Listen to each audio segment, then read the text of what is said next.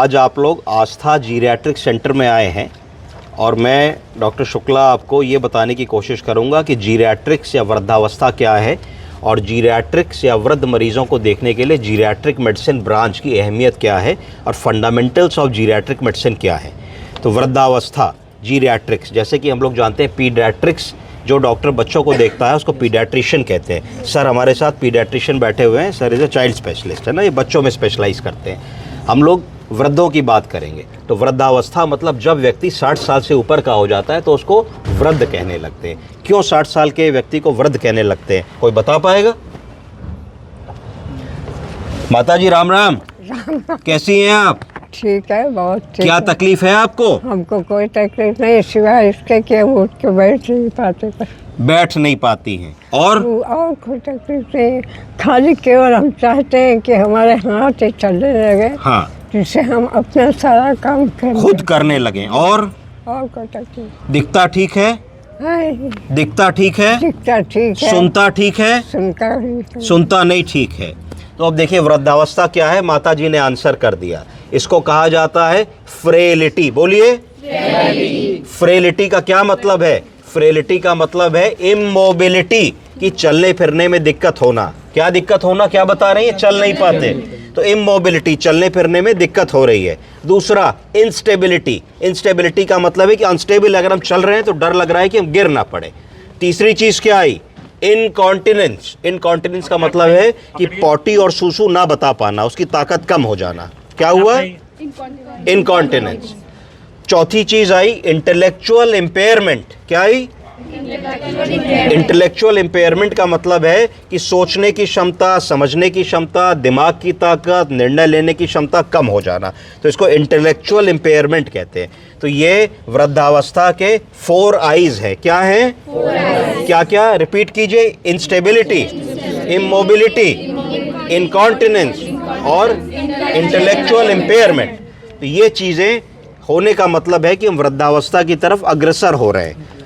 ये जो चीज़ें होती हैं ये क्या करती हैं? ये चीज़ें हमारी कार्य की क्षमता को गिराती हैं, कम करती हैं। तो उसको कहा जाता है कि these things cause decline in the functional ability of the old person.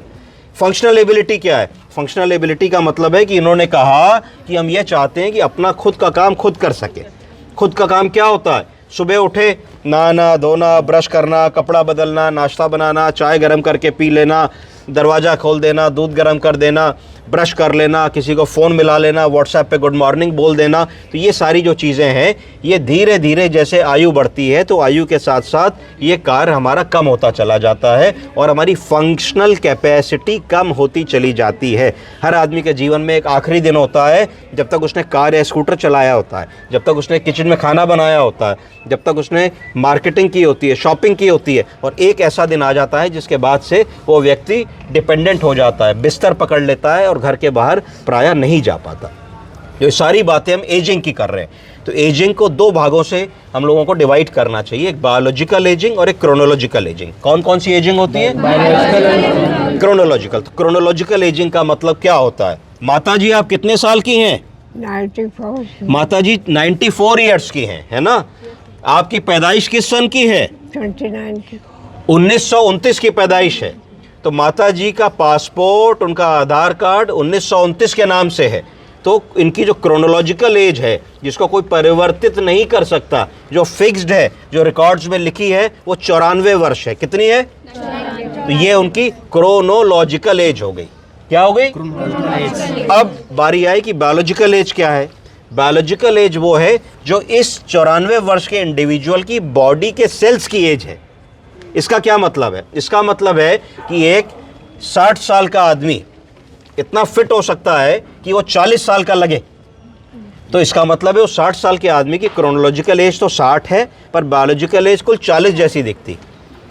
या अदरवाइज कैसा हो सकता है कि एक 60 साल का आदमी इतना कमज़ोर और बीमार हो सकता है कि दूर से देखो तो तुम्हें लगेगा कि भाई तो 85 साल से कम के नहीं होंगे। इसका मतलब है कि उस आदमी की क्रोनोलॉजिकल एज 60 है पर बायोलॉजिकल एज 85 है। तो इसका क्या मतलब हुआ? इसका ये मतलब हुआ कि उसकी जो बॉडी है उसमें जो वियर एंड टियर है वो इस स्पीड से हुआ, इतना रैपिडली हुआ कि उसकी बॉडी में जो एजिंग के चेंजेस होते हैं वो बहुत जल्दी आ गए थे। माता जी 94 वर्ष के हिसाब से, अपनी उम्र के हिसाब से बहुत अच्छी तरीके से अपने आप को रिप्रेजेंट कर रही हैं। मेंटली फिट हैं, निर्णय ले सकती हैं, नाम बता सकती हैं। अगर हम इनको 4-5 छोटी छोटी चीज़ें दिखाएं तो उनको रिकलेक्ट करके बता भी सकती हैं। हम ट्राई करते हैं। माता जी ये क्या है? कलम, ये क्या है? चश्मा, ये क्या है? ये आपका आला। हाँ, बोला। अच्छा, और है कोई चीज़ तुम्हारे पास? हाँ, ये क्या है? ये तो बुक है। बुक है, बहुत बढ़िया है ना। और कुछ दिखाओ। हाँ, ये क्या है? रुमाल। रुमाल है ना। आपको हम लोगों ने कितनी चीजें दिखाई? मेरा तो गिरते में भूल जाएगा। आप याद करने की कोशिश कीजिए, क्या क्या दिखाया?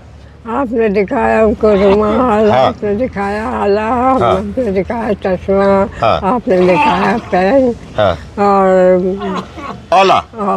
आप देखिए कितना बढ़िया है ना। इसको कहा जाता है 5 ऑब्जेक्ट मेमोरी रिकॉल। इसको MMSC भी कहा जाता है, मिनी मेंटल स्कोरिंग। टेलीफोन, ये बता दीजिए क्या है, पूछ रही हैं? मोबाइल। मोबाइल, वाह, चलाती भी हैं।